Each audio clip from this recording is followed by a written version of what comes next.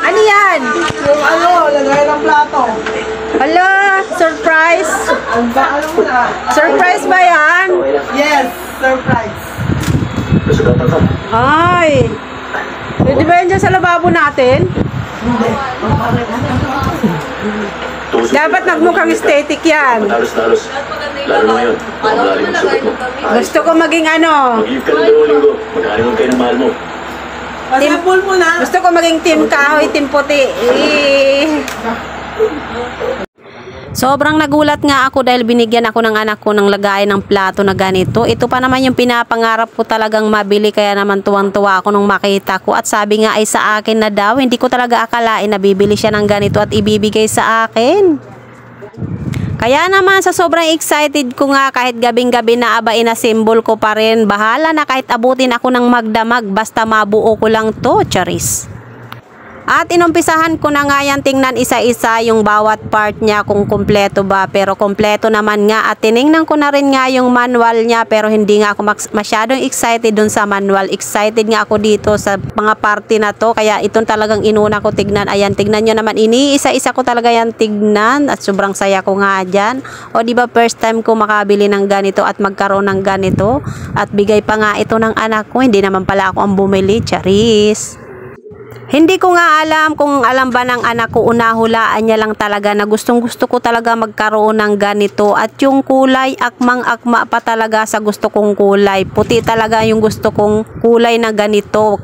Ito talaga yung pinapangarap ko noon pa, na kung sakaling nga magkaroon ako ng ganito ay puti nga yung gusto ko. Marami kasi akong napapanood na mga mami na nagbablog ng mga gamit sa kusina. Siyempre parang gustong gusto ko rin maging team kahoy at team puti. O diba? Yung parang aesthetic na aesthetic yung dating. Ay wow, may pa-aesthetic ang person, charis.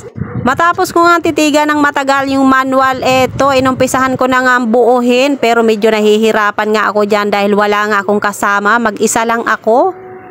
At tignan nyo naman yung ginagawa ko dyan, na ikabit ko na nga yun sa kabilang parte at dito naman ako sa kabila, pero nahihirapan nga ako ay dahil walang tagahawak. At tignan nyo naman yung paa ko, itinaas ko na nga yan para lang maikabit ko yan. At yung anak ko naman, nakikita niya siguro ako na parang nahihirapan ako, kaya naman lumapit na nga sa akin at tutulungan na lang daw niya ako. Pero yung ibang parte nga ay naikabit ko na bago pa lumapit yan sa akin. Ang sabi ko pa nga kanina sa anak ko, hindi ko nga alam kung babagay yan sa aming lababo dahil puting-puti nga, tapos yung lababo namin ay hindi naman nakatiles. Kung nakatiles man yung sahig ay iba-iba pa ang kulay.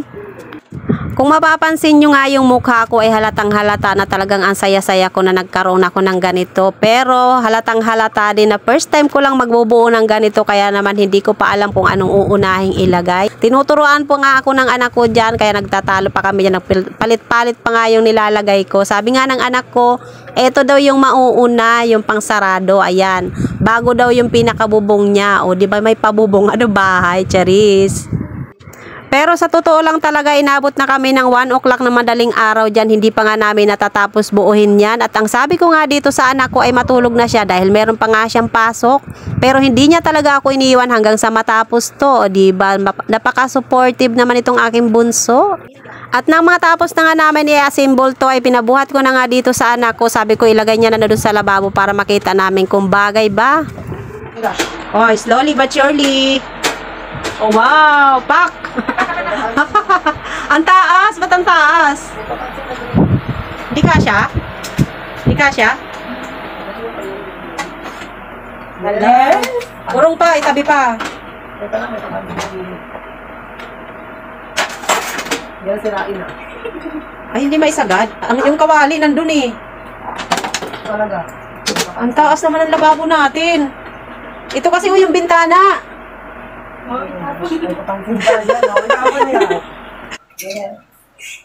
ang ganda. Ang ganda. Daming hugasan. Tatry natin kung maganda tignan. Dito, ano ilalagay dito? Hindi naman kasi yung kutsinyo dito. Hindi kasya. Hindi kasya. Oh. Naku, dumi. Ano ba to? Oh. Tapos dito, Oh, pak. Diba? Sa totoo lang talaga ang dami kong hugasan dyan pero sinadya ko talaga na hindi muna maghugas dahil gusto ko muna matapos i-assemble to at gusto ko ngang matesting na kaagad kung paano ilagay yung mga plato. Di ba masyadong excited, hindi halata, charis. At ito naman sa mga oras na to tapos na ako maghugas dyan. Tingnan nyo, wala na yung hugasan dyan sa lababo ko. Kaya for the punas-punas na nga ako ng lababo pero ang sarap sa pakiramdam. Parang ang ganda tignan, char.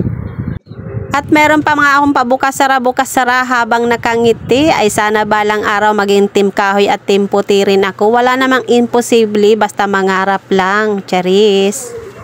At hindi ko nga napansin na inabot na pala ako ng 2:00 ng madaling araw. Hindi pa rin ako natatapos, hindi pa rin ako natutulog. At yan, niligpit ko na nga yung mga plastic na pinagtanggalan kanina. Nilagay ko na nga sa basura at syempre nagligpit-ligpit muna ng kung ano-anong dapat ligpitin dyan. Bago ako natulog ay tinapos ko muna yung lahat. Sobrang sarap lang talaga sa pakiramdam kapag ka may nakikita kang bagong gamit sa iyong kusina. Ganito din ba kayong mga kasuki? Mahilig lang talaga ako manood ng mga mami na team kahoy at team puti at madalas nagdi-DIY ng kanilang mga kusina. Kaya naman ako parang gustong-gusto ko rin maging ganun. At muli, hanggang dito na naman muna tayo. Maraming salamat sa panonood. Bye!